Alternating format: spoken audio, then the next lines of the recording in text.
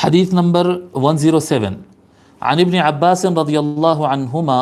ان رجلا من المشركين شتم النبي صلى الله عليه وآله وسلم فقال النبي صلى الله عليه وآله وسلم من يكفيني عدوي فقال الزبير أنا فبارزه فقتله فأعطاه رسول الله صلى الله عليه وآله وسلم سلبه رواه عبد الرزاق وأبو نعيم۔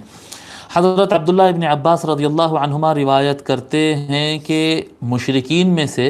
ایک شخص رسول اکرم صلی اللہ علیہ وآلہ وسلم کو گالی دیا۔ فقال النبی، حضور صلی اللہ علیہ وآلہ وسلم نے فرمایا من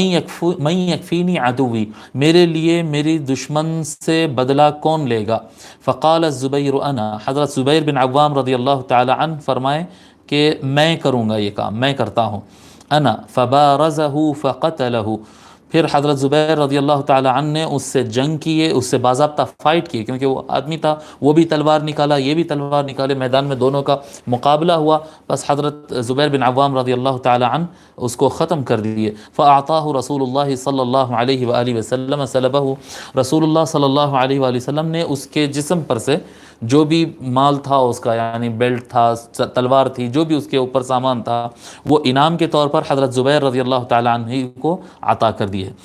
یہ حضرت زبیر بن عوام رضی اللہ تعالی عنہ یہ بہت بہادر صحابہ میں سے ہے، عشرہ مبشرہ میں سے ہے۔ انشاءاللہ تعالی ان کا تعریف آگے جب روات بیان کریں گے تو ان کی تفصیلی تفصیلی تعارف ان کا دیا جائے گا۔